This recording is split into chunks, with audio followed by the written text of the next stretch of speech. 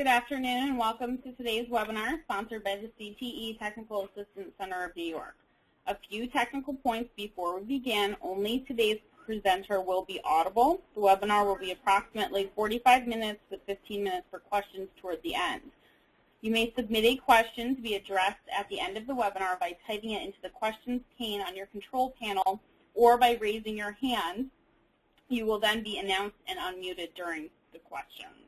All questions are logged, and unanswered questions will be addressed by today's presenter via email. If you become disconnected and you cannot connect independently, please call us at 518-723-2137. Today's webinar is being recorded and will be available for viewing on the CTE Technical Assistance Center website at nyctecenter.org within 72 hours. If you have questions or suggestions regarding upcoming webinars, please contact us at ctetac@spnet.us.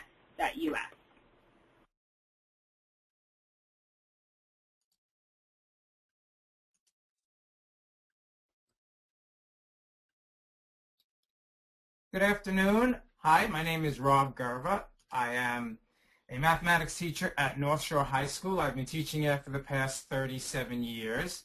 And today we're going to be talking about financial mathematics projects for students. Now, we typically use these in our financial algebra course, which is a full-year course taken by juniors and or seniors.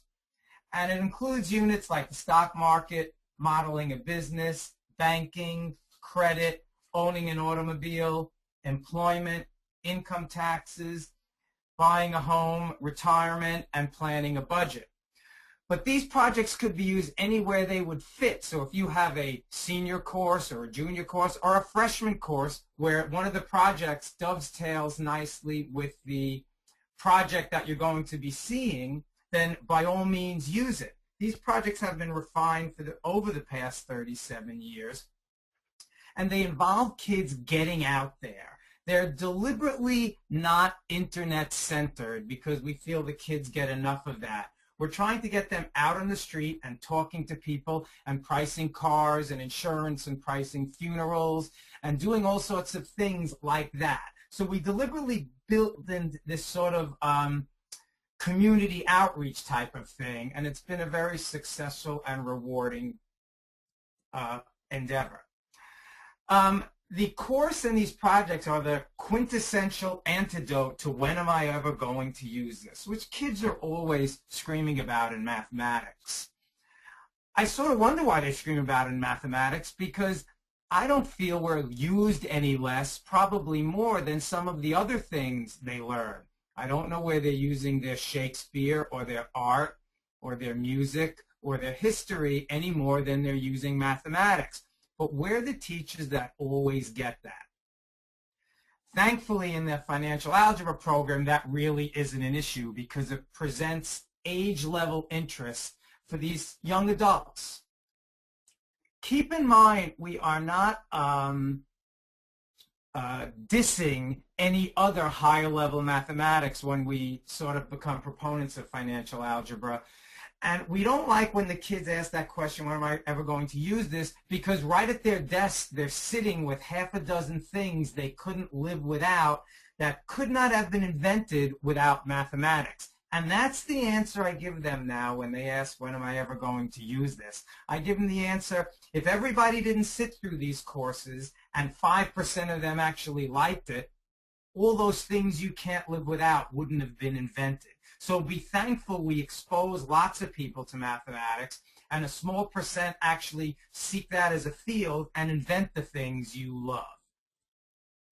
If you've ever seen a talk at a conference by Steve Leinwand, he's absolutely riveting, but he basically does a nice job putting into words here. You know, our kids don't generally like mathematics. Our subject is sort of not with the greatest reputation, and part of that is our fault. We spend a lot of time on skills that have such limited value, and we have very contrived problems. And the kids end up not liking the curriculum, and these projects are part of an emphasis to change that. So let's take a look at the mathematics you do need.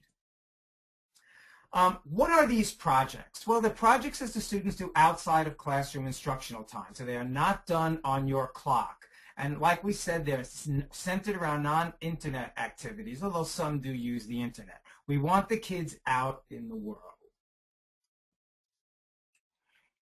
How much time do you allot for them?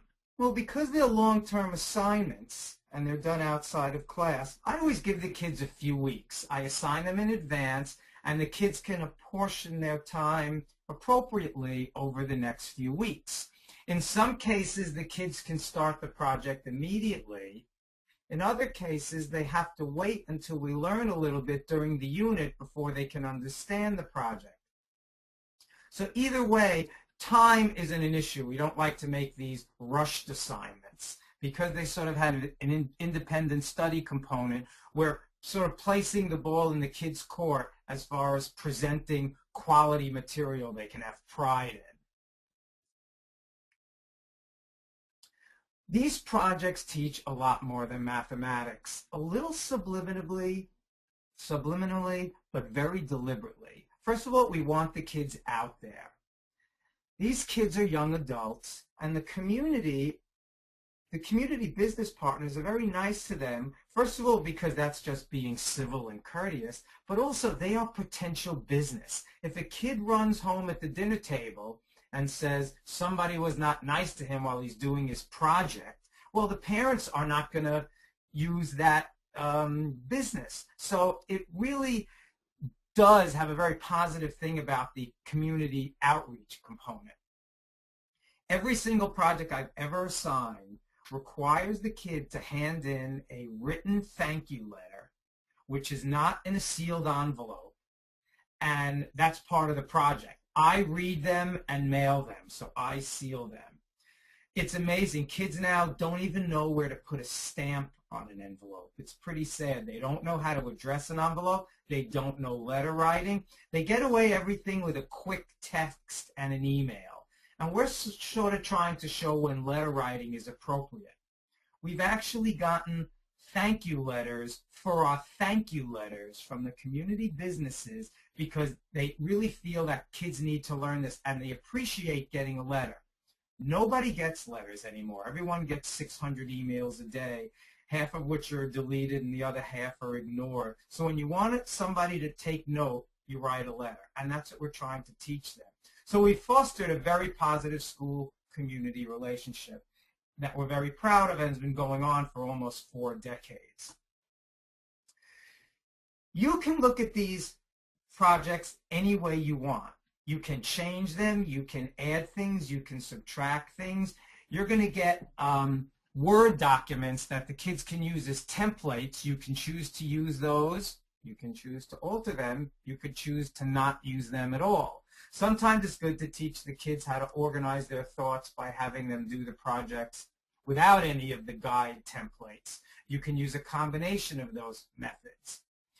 You can assign them however you want. You could assign 1 per unit, 1 per month, 2 per unit, 2 per month. You could have optional projects that can be used for extra credit, and that's nice because often when a kid is looking for something to raise his grade, we're forced to come up with some sort of on-the-fly, meaningless assignments, and these are very worthwhile. So if a kid does a few extra projects, he's really learned something, and it's taken time.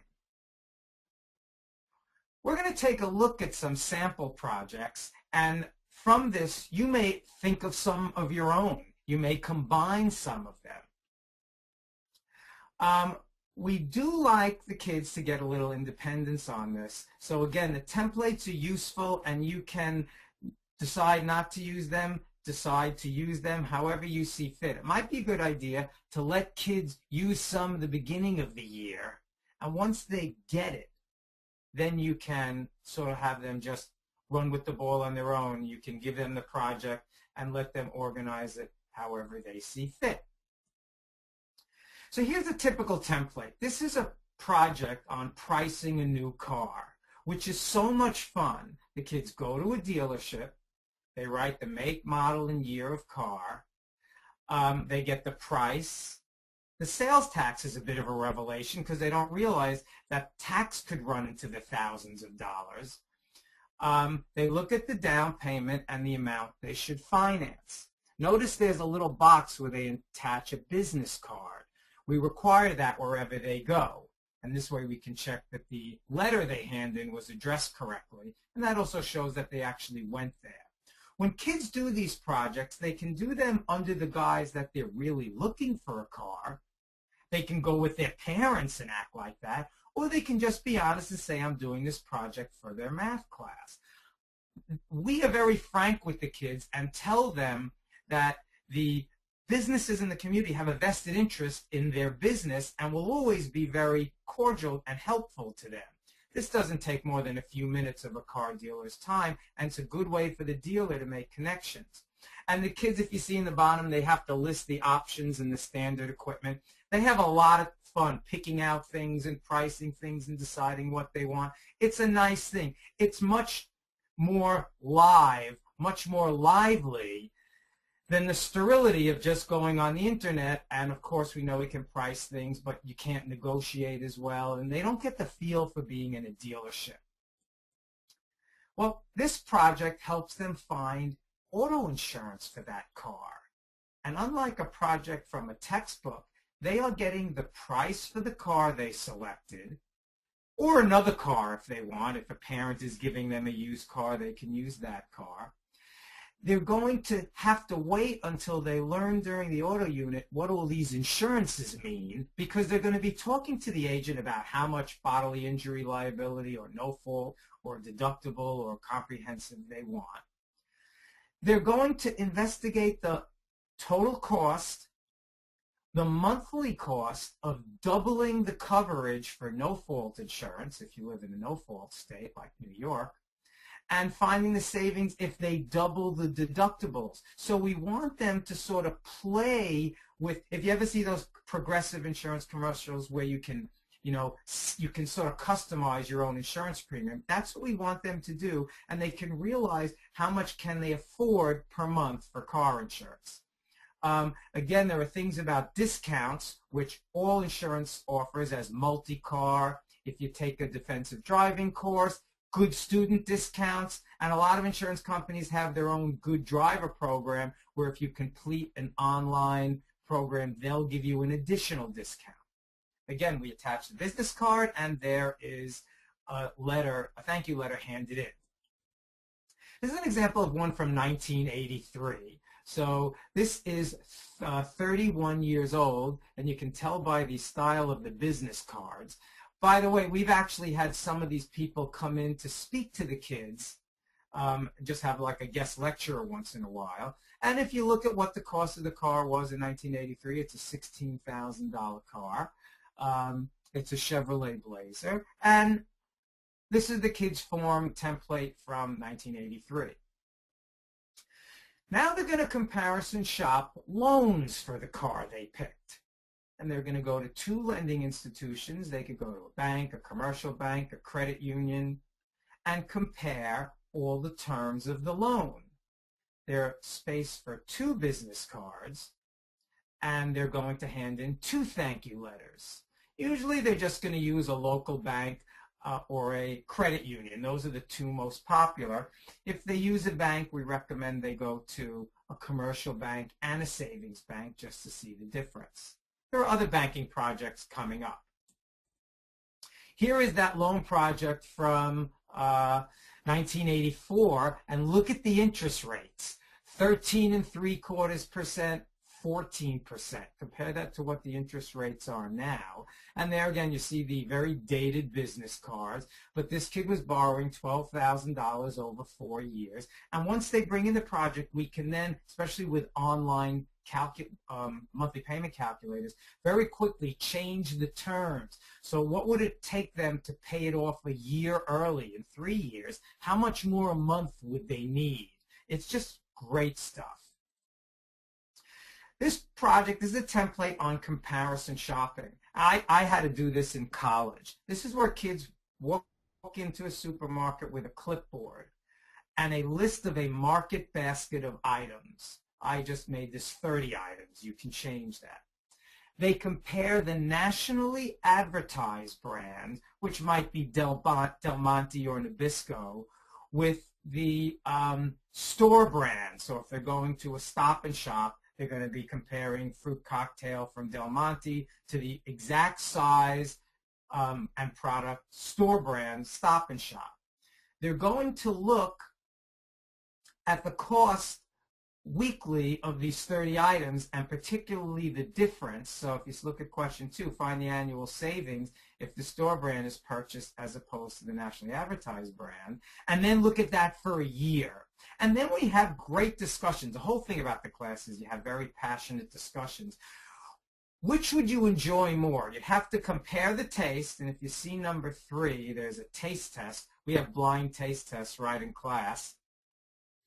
But let's say these store brand items did or didn't taste as well, but you saved $386 a year. Could you live with that inferior taste and have more fun with the $386 in another way? We're teaching them budgeting little bit by bit. This one, students compare shopping the same weekly market basket. So we're looking at the same items, so they have to be nationally advertised brands, in 2 different stores. Usually what we recommend the kids do is bring a clipboard and go to the first store, price 40 items that they can easily find. Then when they go to the second store, they actually have to search for those items. And since we want a final list of 30 items, if they can't find some, the second store, they'll be okay. So we look at that, and we look at the dollar savings from using the less expensive store for a week and for a year. Here's a template on home inventory. We actually did this in 1977, and about 1979, ABC News did a half-hour special on it. It would have changed a lot now, because back then what the kids did is they basically took a picture of everything of value in their home and made a scrapbook. They photocopied any receipts, whatever it was, and they had a list of everything they own, and we mean everything. They could open up their closet and take a picture of all their clothes, if they have musical instruments, any electronic equipment. And the kids handed in a scrapbook, which I immediately handed back to them after I checked it. Basically, this was designed to go into some other place besides your home in case your home is robbed or burns down in a fire. Because when there are fires, people have lots of trouble trying to establish what they have, and now it's so easy with this project. With digital photography, you could take a digital camera, take a zillion pictures, put it on a flash drive, copy the file, and give it to 2 relatives. And if, God forbid, anything happens, you can prove you had these items. One of the things we tell the kids to do is you can take a picture of an item with the current newspaper headline in it. Now, of course, if it ever came down to a case of lying, someone could tell, it can be told if something was photoshopped, because that's an additional problem. But for instance, I insured my guitar 40 years ago, and now it's an antique and it's in just as good condition. I take a photograph of it with today's newspaper where you can really see that it's in that good condition. But it's a great thing to do. Now the whole thing can be handled electronically. It's a great thing to do. It's a great thing to leave with your insurance agent so he knows the value of everything you have. Here is one kids do during the stock unit. They pick a stock.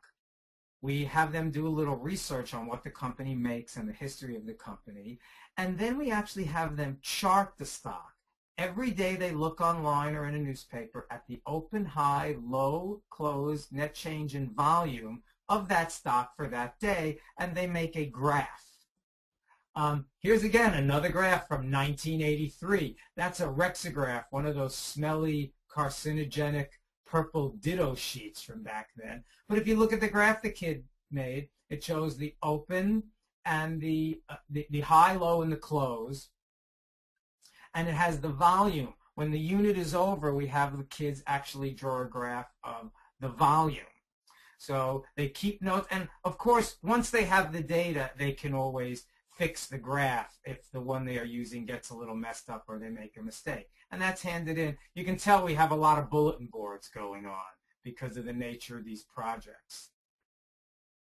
Here's a template where kids are going to two banks and comparing fees for different banking services. How much does a checking account cost? What if you don't have a minimum balance? Et cetera, et cetera, et cetera. Kids should realize that there are fees with bank accounts. And again, they get the two business cards and they write two thank you letters. This template is for comparing the same loan. So it's like the car loan one, but it doesn't necessarily have to be an automobile. Automobile has some different things, including different rates. This could be a loan for anything done at two banks. Again, two business cards, two thank you letters handed in. This is a lot of fun. It's great. It was impossible to do before there were calculators. It's looking at salaries. It has to do with the employment and income tax unit. Looking at salaries of famous people in high-paying fields and comparing these rates of pay to their local teacher, fireman, policeman, their whoever. But it's sort of interesting to see, so they can pick a famous baseball player and figure out their salary per inning if it's a baseball player, per minute if it's a football player. It's just a lot of fun to see how much these people make in a prescribed unit of time. And this becomes relevant when we start to study Social Security payments also. So this is just a fun one. They can go online and find these numbers. They can pick actors. They can pick rock stars. It's just, it's sort of it's right in their kitchen. This is one about salaries of jobs they researched and classified ad rates. So this is about jobs they may be interested in.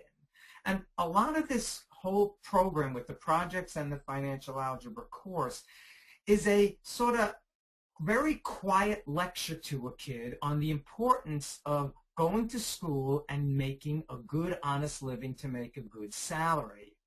Because the kid who makes $170 a week at McDonald's is like Rockefeller to these kids now. And when they see what it costs, and you'll see in the budgeting unit, in the budgeting project, they have to realize how much you make and how much do you need to live.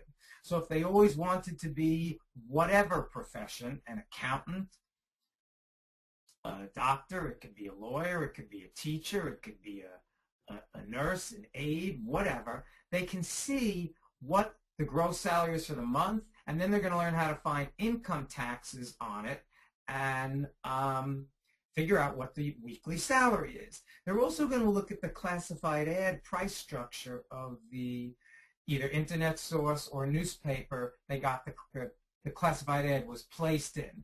That will lend itself to studying piecewise functions, which are normally in PreCalculus, but can be brought down to any mathematical level in high school.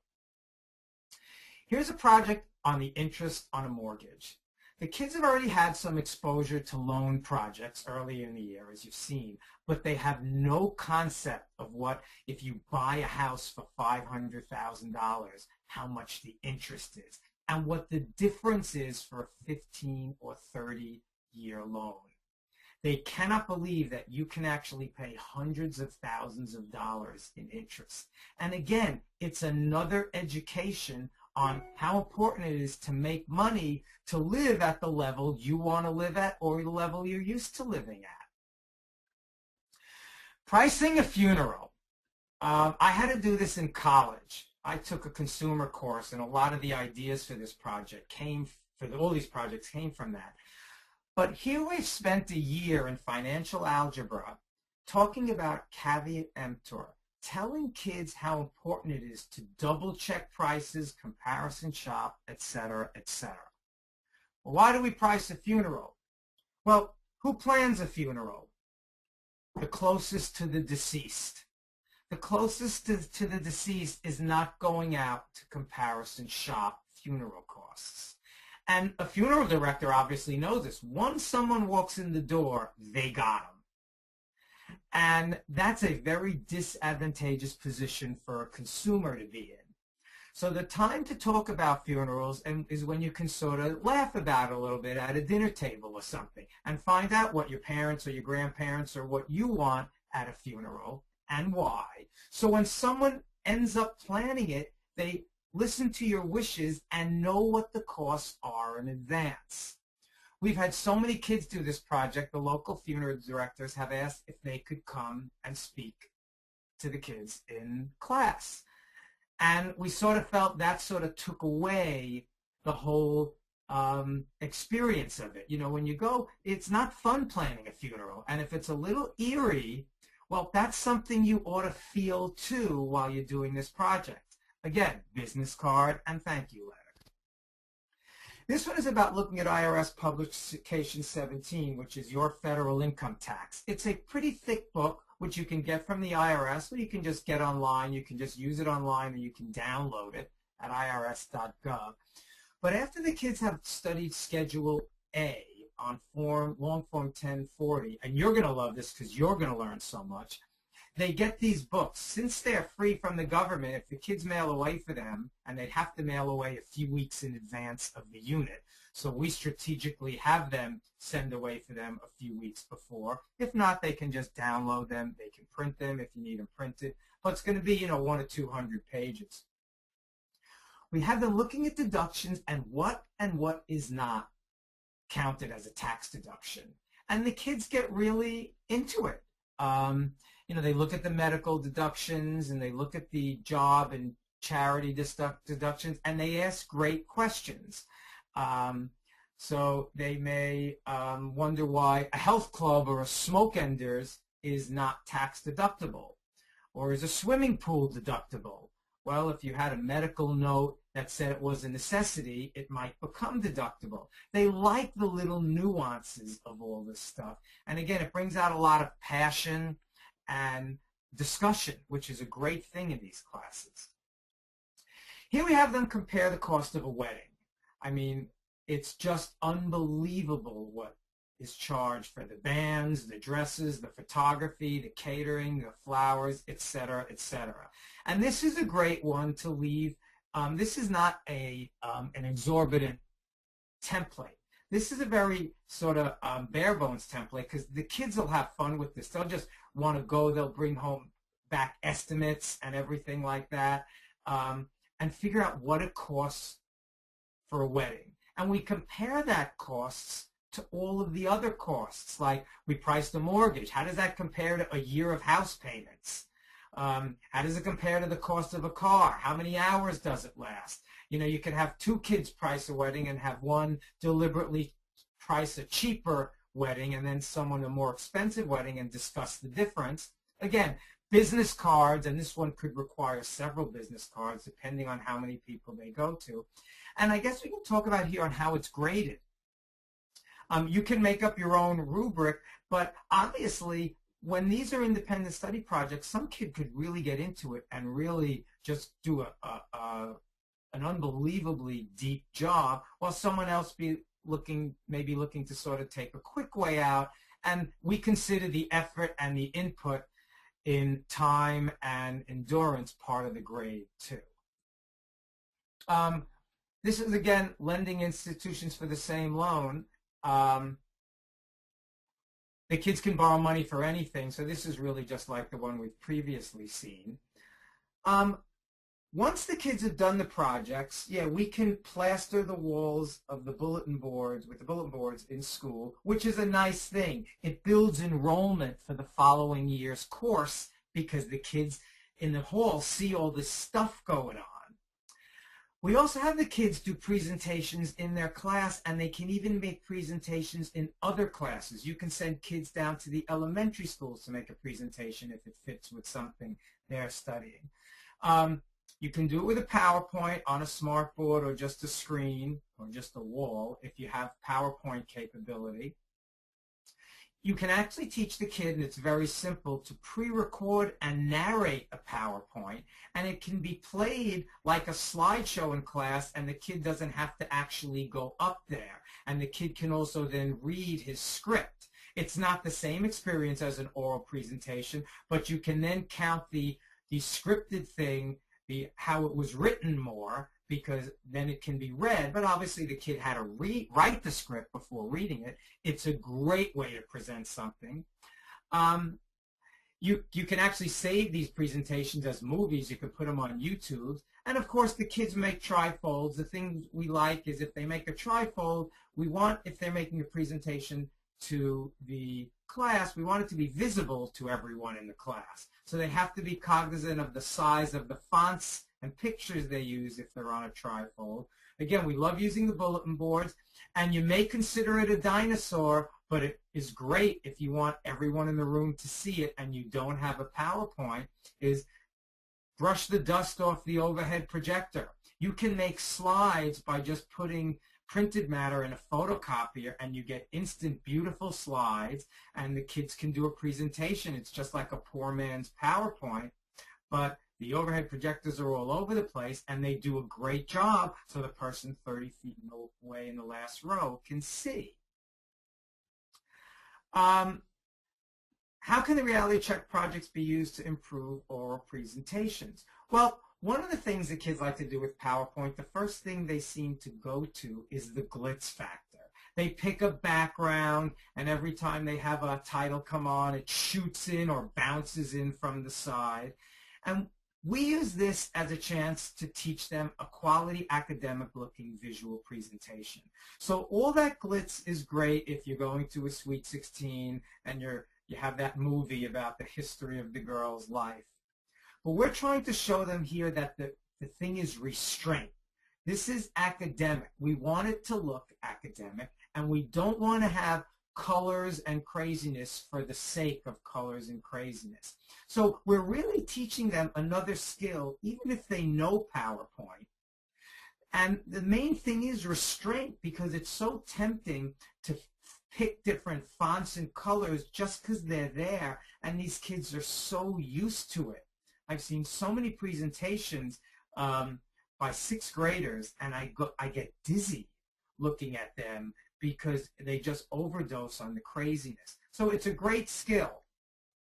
And it's more challenging to be creative with color, art, and pictures than arbitrary. So if you find a reason to change the color or change a picture or blow something up or zoom in, that's terrific, and that takes a lot more dexterity and discretion. All the project templates you've seen in Word you can get by emailing me at rgerver, G-E-R-V-E-R, at optonline.net. It's easy to make your own templates because these would be in Word, and I'm going to show you where else you can get them in Word. If you just send me an email, I can send you a file, and they're just so easy to make or mimic as you find new projects.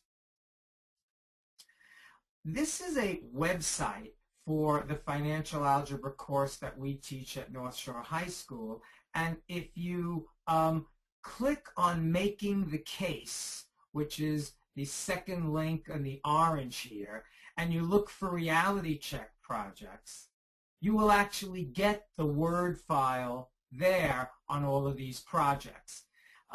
If you ever have any questions, you can always go send me an email. So it doesn't just have to be for these Word templates. You can ask me a question on anything.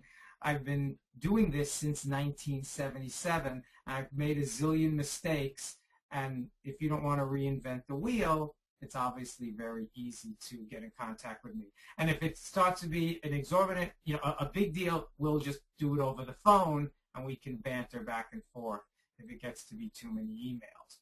So that's this community website for financial algebra, which actually has the whole program. The financial algebra program has replaced consumer mathematics, which is arithmetic-driven. Financial algebra is algebra-driven and combines like Algebra 2 and PreCalculus and geometry and reviews Algebra 1 so the kid can get a third or fourth year of a high school credit even if he's having trouble in Algebra 2 or PreCalculus.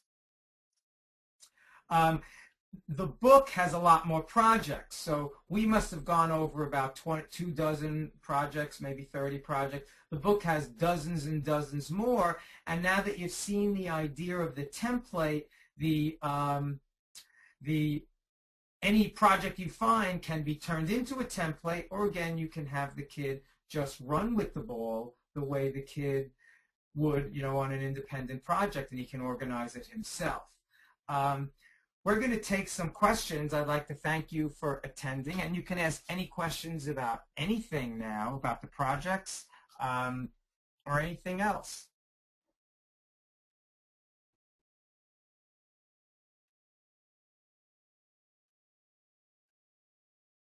Are there any questions?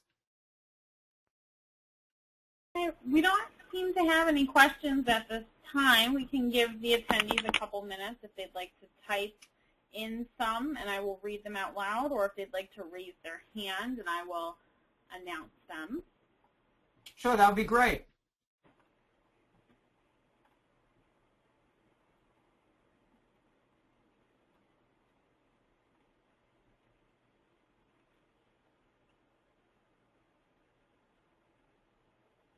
And if you think of any questions later on, you can always just get me by email.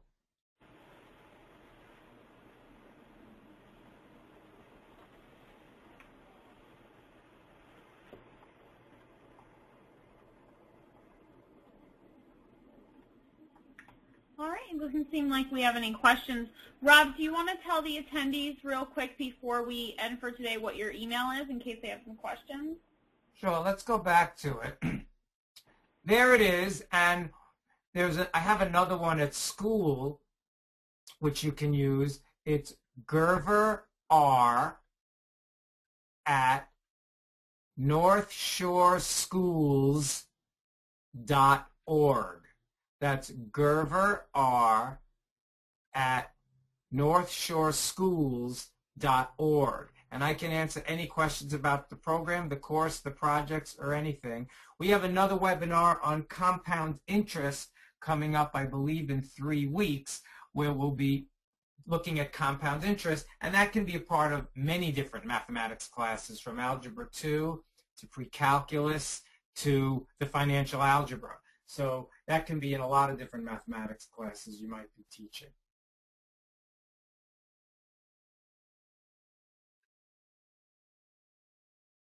All right, great, Rob. Thank you. Thank you. On behalf of the Technical Assistance Center, I'd like to thank you for joining us for today's webinar. As a reminder, this webinar will be available for viewing at nyctecenter.org within 7